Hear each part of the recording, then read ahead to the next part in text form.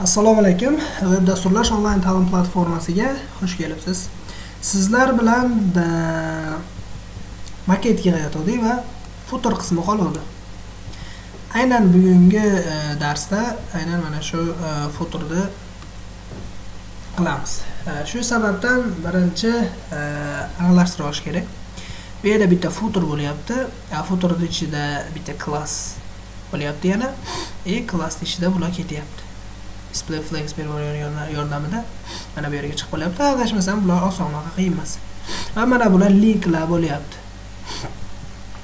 Shu sababdan boshlayman birinchi, ya'ni index.html dan. Buni yopib qo'yaman, section qismini.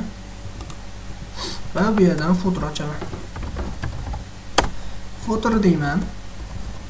Hop. Bu yerda ketyapti bitta class ochib olsam bo'ladi. Footer o'ziga alohida. Nima deb yozsam bo'ladi bu yerda? Adidas example deb yozsam bo'ladi. Uni ichida blok bo'lyapti bitta Adidas blok yozsam bo'ladi.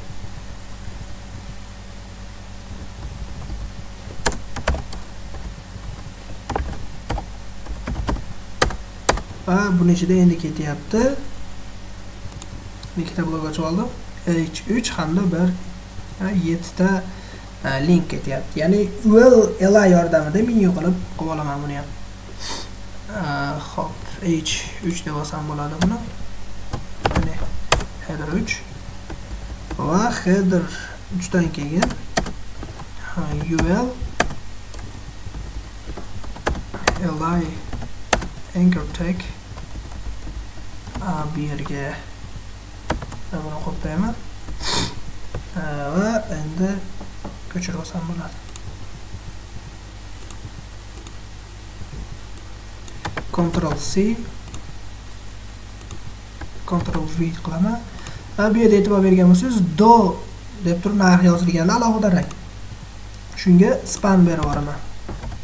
Span qilib alohida span ichiga solib qo'yaman. Rangini shu orqali o'zgartirib olsam bo'ladi.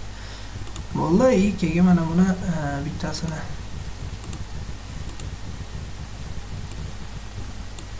Ctrl C bo'ldi shu va shulardan 7 ta bo'lyapti. Ctrl Shift 2 3 4 5 6 7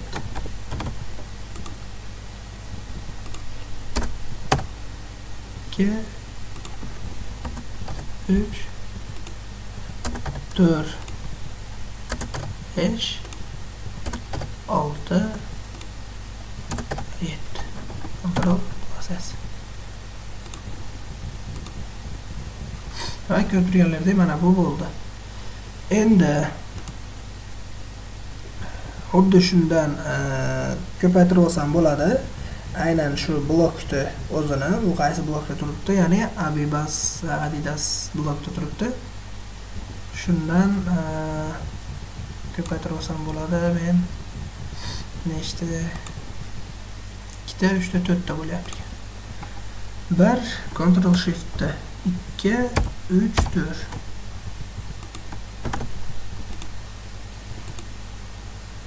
mana 1 2 3 4 ta bo'ldi. Endi 1 2 3 4 ta bo'ldi. Shularni men bu yoqqa olib o'tib razmerlarni to'g'rilab olsam bo'ldi. Ya'ni stilda qiladigan ishim qoldi xolos bu yerda. Hop, birinchi nima qilaman men? Birinchi footer deyman. Footerning ichida kelyapti. Mana bu example kelyapti. Ya'ni Adidas example zip bo'lyapti. Shu orqali men mana bularga aytaman, display flex deyman. Ctrl V deyman. Bunga max width bu ham undan oldingi darsda aytib o'tganimdek hammasi bir xil bo'lgani uchun 1110 piksel deb olsam bo'ladi. Chunki hammasi bir qator bo'lib tekst tushyapti.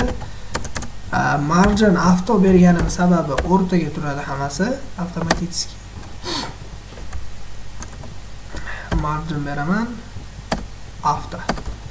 display flex ga borsam va mana bularda mana bunda yopishib turib qoldi. Endi shunisiga margin berib to'g'rilab olsam yoki bo'lmasam aytib o'tganimdek justify content beraman. Justify content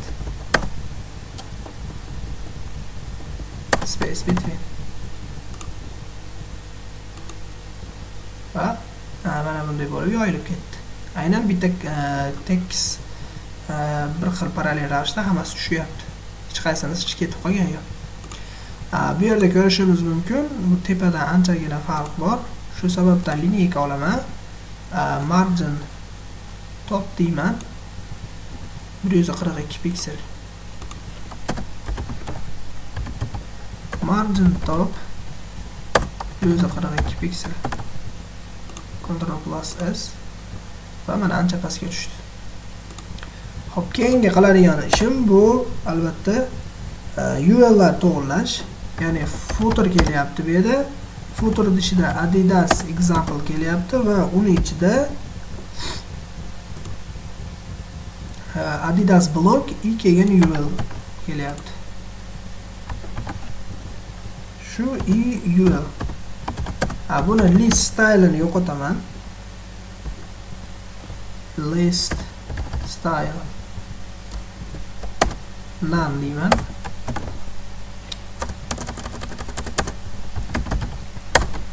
Ctrl plus S. Mana bu yerda qoralar yo'qoldi. Endi aytaman bu yerda Ctrl C va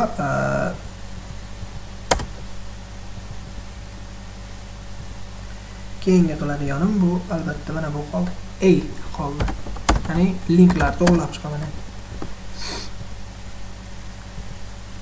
Yoki bo'lmasam birinchi mana bu h3lar to'g'rilansam bo'ladi. Header 3 da. Shu sababdan header 3 deyman. Va bu yerda font size ni o'lchab olaman va rangini o'lchab olaman. Rangi qora bo'lyapti. Font size ni o'lchab olsam bo'ldi ekan. 20 piksel bo'lyapti ekan. Font size. Shu sabab font size deb yozaman. 20 piksel. Color deyman.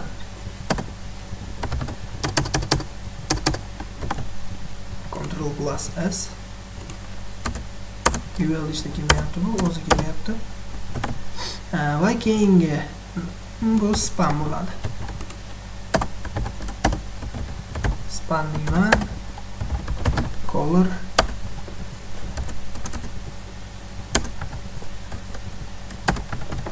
red. Mana ko'rib turganlaridek, mana bu rang bo'ldi. Endi bunga mayda e'tibor bersangiz joy tashalgan. Padding bottom berib yuborsam ham bo'ladi, margin bottom yoki bo'lmasam bunda margin top bersam bo'ladi. Mana bunga berib yuborishim mumkin. 30 piksel bo'lyapti ekan. Hop. Bunga yozaman margin emas, padding bottom 30 piksel desam pastga tushib ketadi. Va mana pastga tushdi. Endi keyingi qiladiganim bu span to'g'riladim. Endi mana edi to'g'rilayman. Ctrl C, ya'ni linklarni ranglarini o'zgartiraman. Birinchi qiladiganim text decoration'ni o'chirishim kerak. Text decoration none deyman. Ctrl plus S. Va mana bu taydagi chiziqchalar o'chdi. Hop, endi keyingi qiladiganim bu albatta birinchi ularni rangini aniqlab olaman. Shrifti bilan.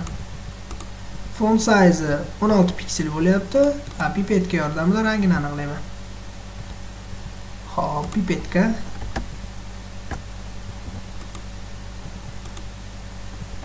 Ctrl C, rangi ham aniqlandi. Font size 16 piksel. Color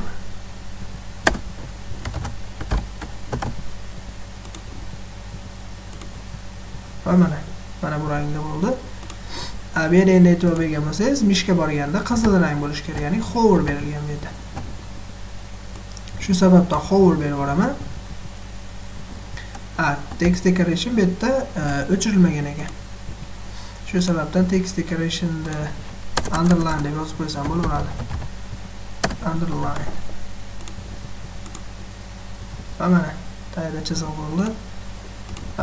Va bu yerda bir-birini ajratib turibdi, adashmasam yopishib qolgan yo'q.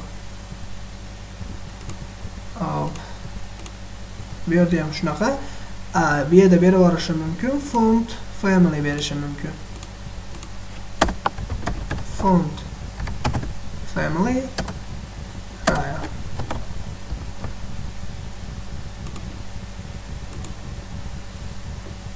mana sal o'zgardi. Va endi bu yerda men hover beraman. Ctrl C, Ctrl V. Hover. Mishga borganda rangi qizil bo'ladi. Right.